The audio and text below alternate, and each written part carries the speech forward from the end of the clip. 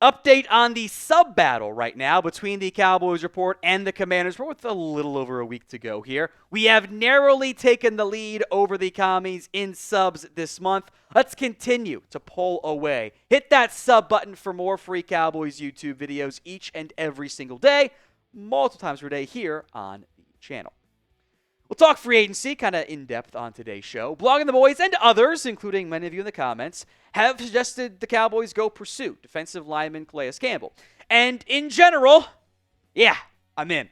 There are some concerns and cons here and whatnot, but Calais Campbell's kind of reached that journeyman phase of his NFL career. He spent some time with the Ravens. He spent 2023 with the Falcons. He spent 2022 with the Miami Dolphins. And what have we noticed out of Calais Campbell? He keeps producing. All he does is continuously produce against the run and against the pass, even if the snap counts kind of continue to dip. He's got that size that's very unique and rare. He can play 3 technique, can play 5, can play defensive end, offers some inside-outside flexibility, which I think this team could still use up front. I think he's a good run stopper, even though he continues to be older, and only gets older, I should say. I think he's a better player than Solomon Thomas is right now. I look at this defensive line room and I go, okay, yeah, you probably need more than Osa, Mozzie, and Solomon Thomas. I look at the defensive end room and go, okay, I've got bodies, Micah and Dante and Nealand and Sam Williams and Peyton Turner. How many of those guys think are better right now than Calais Campbell? I think he'd be one of your better defensive linemen. So I am down with this idea. Now, I also make note of 2 things. One, I've been on board before. This is not a new conversation we've had here. It's always been, he's old but still good. We've had that conversation like 3 or 4 years in a row now. He's good but old, and he still keeps doing the exact same stuff there. He is still productive even though he is 38 years old. He does turn 39 in September. This is an Iron Man. This is a rare breed of football player to play as long as he has at the level he has had. Now, again, the money's a factor. Maybe a post-draft signing is in play here. The Cowboys in line for 3 comp picks after losing Brandon Cooks. They probably don't want to lose those, so it'd probably be either $3 million or maybe you revisit after the draft. So would you sign Calais Campbell?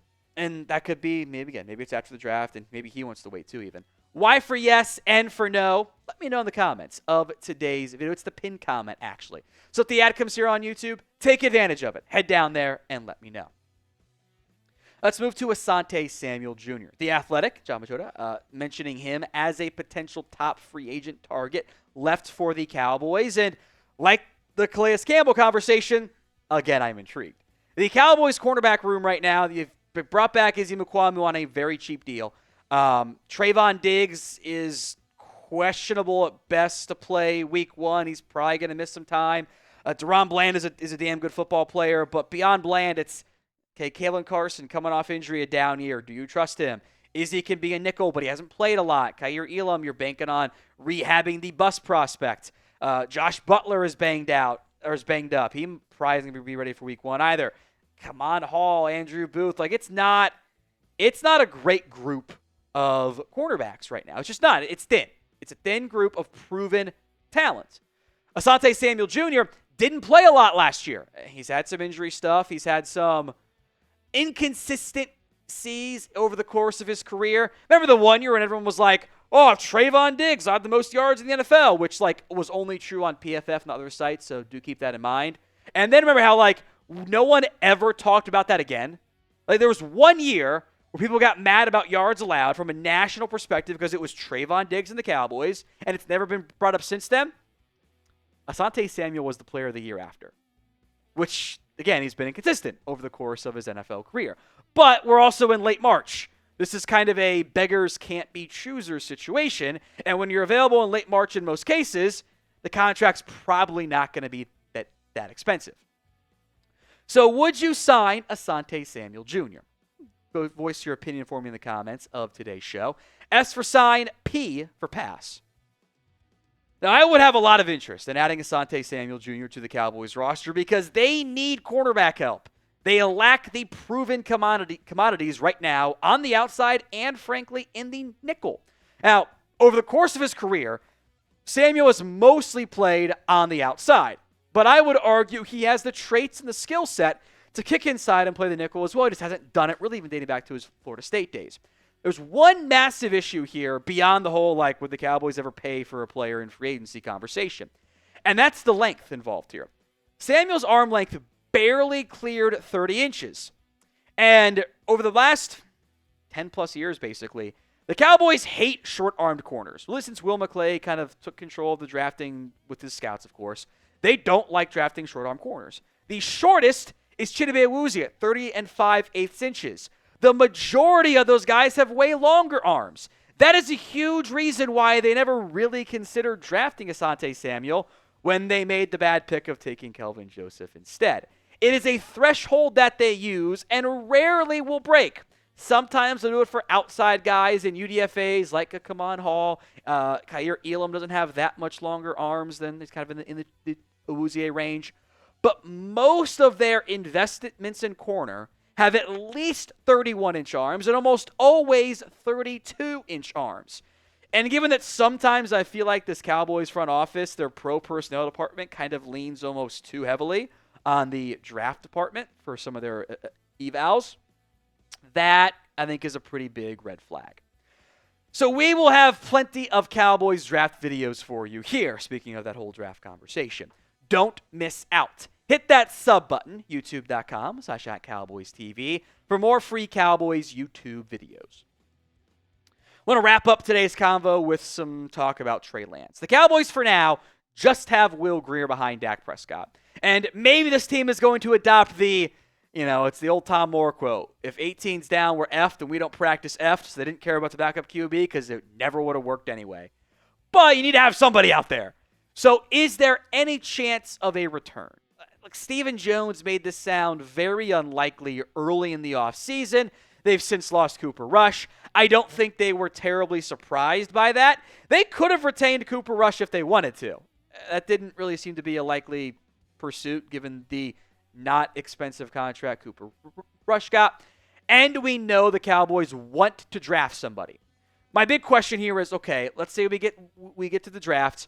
The fifth-round QBs all go off the board early. Dallas doesn't bother reaching on a QB, and they kind of get left with no options. In that scenario, maybe it makes a little bit of sense for Lance to come back with one big if this Cowboys coaching staff trusts him. I don't. The fact that Lance couldn't get on the field really makes me wonder if he wasn't a very good practice player. And coaches normally don't give the reins to practice players who struggle. That's not new. So do you want to bring Trey Lance back? 1 for yes, 0 for no. Sound off for me in the comment section of today's show. The most we've seen of Trey Lance was really in the preseason. And he had the turnover-prone game against the Chargers. He does offer great mobility.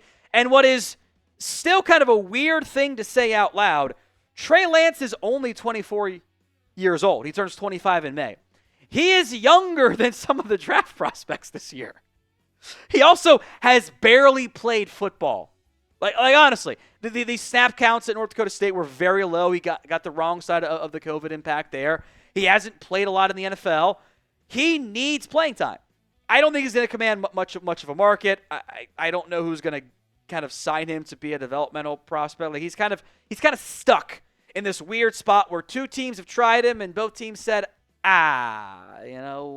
are you going to do with that? No one's viewed him as a starter. And the timing probably doesn't work out now because the UFL is about to resume. But if I were Trey Lance, I would go play in the UFL. Now, look, up front, there's an ego ding you have to accept there. To go from number 3 overall pick in the NFL to playing in the UFL is not – there's a lot you have to be willing to accept. But it gets you playing time. The thing I think Trey Lance needs more than anything. So if I were Lance, I would go play for the in the UFL for the season, and then go be an NFL free agent. And then you've got more film, more examples like I can still do this, and that. I'm working on this, whatever. And then I try to find a backup QB job somewhere. Maybe where there's an established veteran and you can kind of still try to be the developmental QB. But even though he's only 24, again, turns 25 in May, the developmental QB stuff kind of starts to lose its luster when you've been in the NFL for 4 years and haven't really shown any growth, unfortunately.